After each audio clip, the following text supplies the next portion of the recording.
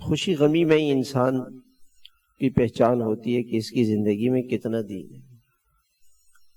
اس لیے نکاح کے موقع پہ جناب رسول اللہ صلی اللہ علیہ وسلم نے قرآن پاک کی وہ آیتیں پڑھی ہیں جن آیتوں میں تقوی کا ذکر ہے۔ پہلی آیت یا ایھا الناس اتقوا ربکم، اے لوگو اپنے رب سے ڈرو، الذی خلقکم من نفس واحدہ وخلق منہا زوجہا وبث منہما رجالا کثیرا ونساء واتقوا اللہ۔ دوبارہ فرمایا اللہ سے ڈرو، اللہ سے ڈرو، دوبارہ فرمایا اللہ سے ڈرو، اللہ سے ڈرو، اور واتقوا اللہ الذی تساءلون بہ، جس اللہ کا نام لے کر تم ایک دوسرے سے بات کرتے ہو، سوال کرتے ہو، یہ کہ اللہ کی وجہ سے میرا حق دے دو، اس جس اللہ کا نام تم استعمال کرتے ہو اس اللہ سے ڈرو۔